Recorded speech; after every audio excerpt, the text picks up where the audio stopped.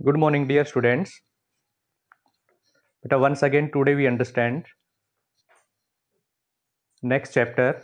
The chapter number is 9, and this chapter is of history. The chapter name is Women,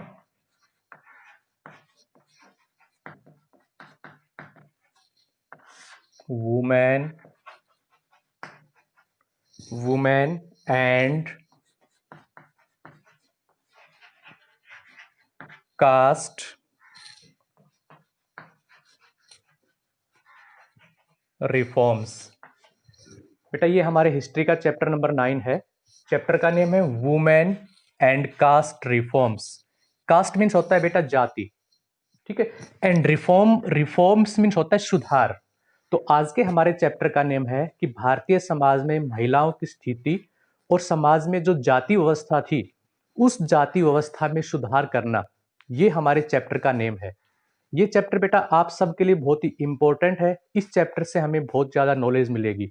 इस chapter से हम understand करेंगे कि आज का हमारा वर्तमान भारतीय समाज कैसा है और हमारा मेडुअल पीरियड के दौरान यानी कि मध्यकालीन भारत के दौरान हमारा भारत किस प्रकार का था. वर्तमान भारत में और मध्यकालीन भारत में महिलाओं की स्थिति कैसी थी और समाज की जो स्थिति थी वो किस प्रकार की थी. इस चैप्टर से हम अंडरस्टैंड करेंगे. तो फर्स्ट ऑफ ऑल बेटा हम स्टार्ट करते हैं कि मेडुअल पीरियड.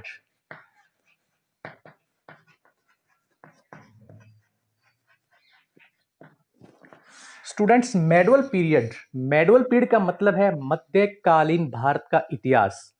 और इसको हम कब से कब तक मानते हैं? From 8th century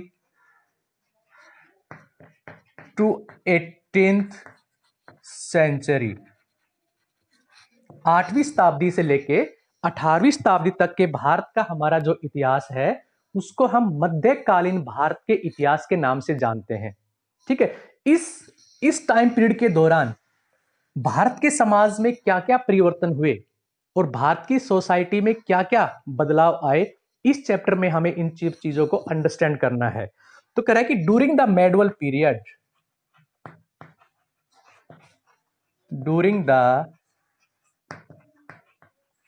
medieval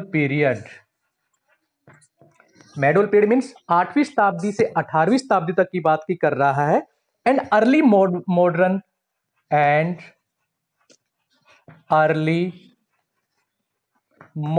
India. और आज का जो हमारा मॉडर्न इंडिया है, ठीक है, many social evils.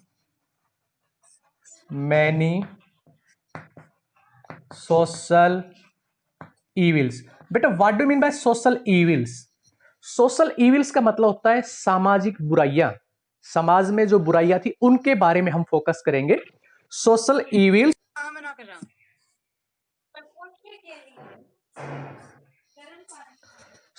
Evils in Indian society.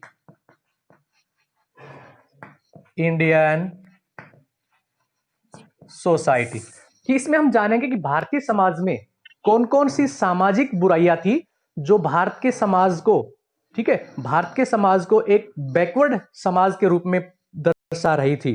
ठीक है. तो सबसे पहले देखते हैं बेटा द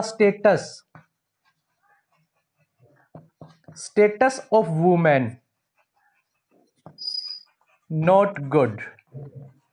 कि इस समाज में भारत की महिलाओं के लिए जो स्टेटस था, ठीक है, वो अच्छा नहीं था. ठीक है. They were oppress and exploited by the society. ठीक है. They were oppressed by society. Oppress means होता है बेटा उत्पीड़ित करना, किसी का शोषण करना.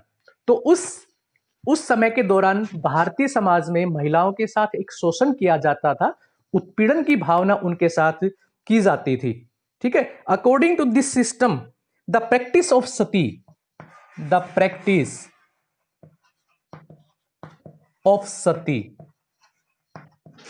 ठीक है. बेटा सती का मतलब क्या है? सती का मतलब है कि इस टाइम पीरियड के दौरान हमारे भारतीय समाज में एक बहुत बुरी धारणा थी जिसका नाम था सती प्रथा. ठीक है. और सती प्रथा क्या थी? बेटा ये किसका माइक ऑन है? अपने माइक को एक बार ऑफ कर लो, ये डिस्टर्ब कर रहा है बार बार। ये जिसका माइक ऑन है ये। सती प्रथा में ये होता था कि पहले जब किसी औरत का मतलब हाँ, हस्बैंड मर जाता मैं था एक्सप्लेन ना, करता तो हूँ। उसकी चिता। हाँ, okay sir. When the medieval period, बेटा हम मेडुअल पीरियड की बात कर रहे हैं, तो उस मेडुअल पीरियड के दौरान if the husband of any woman died, अगर किसी महिला के हस्बैंड की डेथ हो जाती थी, ठीक है, तो हमारे समाज में एक धारणा, एक प्रथा प्रचलित थी कि उस हस्बैंड के डेथ के ऊपर उस महिला को जिंदा, उसके हस्बैंड की डेड बॉडी के साथ जिंदा जलाया जाता था।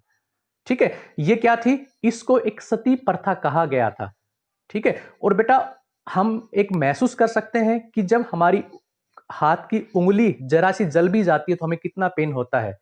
तो हम एक बिल्कुल अपने मन में एक इस चीज को महसूस करके देखेंगे कि किसी व्यक्ति को जिंदा जलाना क्या एक समाज के लिए अच्छी बात है या बुरी बात है?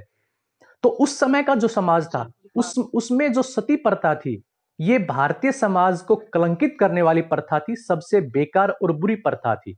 ठीक है, और एक ऐसी अफवाह चलाई गई थी उस समाज के अंदर कि यदि यदि कोई ऐसी महिला अगर उसके हस्बैंड की डेथ के बाद अगर वो अपने हस्बैंड की डेड बॉडी के साथ जिंदा जलने से इनकार करती है, तो उसको सैल्वेशन की प्राप्ति नहीं होगी। सैल्वेशन होता है मुक्ति, उसको मोक्ष की प्राप्ति नहीं होगी। लेकिन बेटा इस प्रथा को सबसे पहले इस प्रथा का विरोध किया राजा राम मोहन राय ने। राजा राम मोहन राय कौन थे? राजा राम मोहन राय उन दिनों के भारतीय समाज के एक समाज सुधारक के रूप में थे। सबसे पहले उन्होंने सती प्रथा का विरोध किया। तो वो हम आगे भी डिस्कस करेंगे, फिर हम अपने चैप्टर पे आते हैं। ठीक है, तो क्या था सती प्रथा में? जो हस्बैंड होता था उसकी फनरल प्रे के साथ, यानी कि उसकी दाह संस्कार उसकी चिता के साथ उसकी वाइफ को जिंदा जलाया जाता था, उसको हम सती प्रथा कहते थे। ठीक है, इसके इसके साथ साथ भारतीय समाज में और भी कुछ सामाजिक बुराइयां थी। वो सामाजिक बुराइयां क्या थी, उन पे भी एक बार हम डिस्कस करते हैं, उस पे भी एक बार फोकस करते हैं। ठीक है, सबसे पहले तो था सती प्रथा। सती प्रथा, उसके बाद क्या था? सती प्रथा के बाद था बेटा चाइल्ड मैरिज।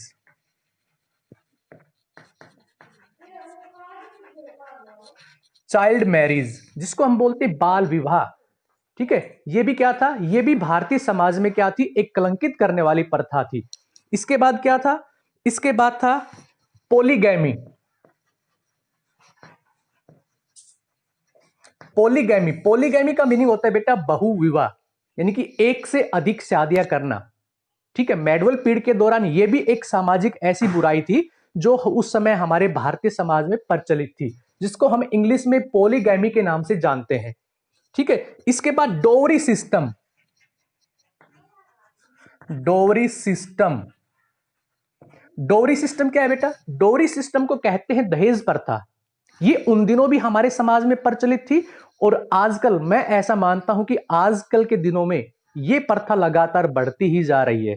ठीक है, जो कि आज भी हमारे भारतीय समाज में इसको एक अच्छा नहीं माना जाता है। डोवरी सिस्टम, ठीक है, एंड फीमेल इनफेंटिसाइड। फीमेल इनफेंटिसाइड, फीमेल इनफेंटिसाइड का मतलब क्या है बेटा? फीमेल इनफेंटिसाइड का मतलब है कि छोटी बच्चियों को भी क्या कर देना? उनको भी मार देना, उनकी हत्या कर देना। ठीक है, तो ये कुछ ऐसी प्रथाएं थी जो हमारे भारतीय समाज में प्रचलित थी। ठीक है, तो इनके बारे में हम वन बाय वन अंडरस्टैंड करेंगे। इसके साथ ही समाज में एक चीज और थी कि वुमेन एजुकेशन।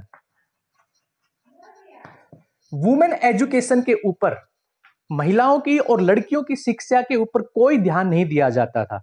ठीक है, तो ये कुछ ऐसी प्रथाएं थी, कुछ ऐसी बैड इविल्स थी, सोसाइटी की इविल्स थी जो हमारे भारतीय समाज में प्रचलित थी। ठीक है, इसके बाद आता है बेटा कास्ट सिस्टम। कास्ट सिस्टम जिसको हम कहते हैं जाति व्यवस्था। मेडुअल पीरियड के दौरान ही हमारे भारतीय समाज को, ठीक है, लोगों के क्रम, लोगों के काम के आधार पे चार अलग अलग समाज में इसको बांट दिया गया, जिसको क्या कहा गया? जिसको वर्ण कहा गया, जाति कहा गया। सबसे पहले क्या है? नंबर 1 पे आता है ब्राह्मण। नंबर 2 पे आता है वैश्य, नंबर 3 पे आता है क्षत्रिय और नंबर 4 पे आता है शूद्र। यानी कि भारतीय समाज को इन 4 अलग अलग सोसाइटीज में, इन अलग 4 वर्णों में इसको डिवाइड कर दिया गया। ठीक है, तो जो कास्ट सिस्टम थी, इस कास्ट सिस्टम के ऊपर एक बार डिस्कस करते हैं। तो उस जमाने के अंदर the Brahmins was elite and important. तो उस भारतीय समाज में, ठीक है, जो ब्राह्मण थे इनको महत्वपूर्ण माना गया। ठीक है, और इनको इलाइट, इलाइट मीन्स होता है सर्वश्रेष्ठ, सर्वोच्चतम इनको माना गया। ठीक है, फिर इसके बाद the Kshatriya and the Vaishya had rights to worship. Kshatriya and Vaishya had rights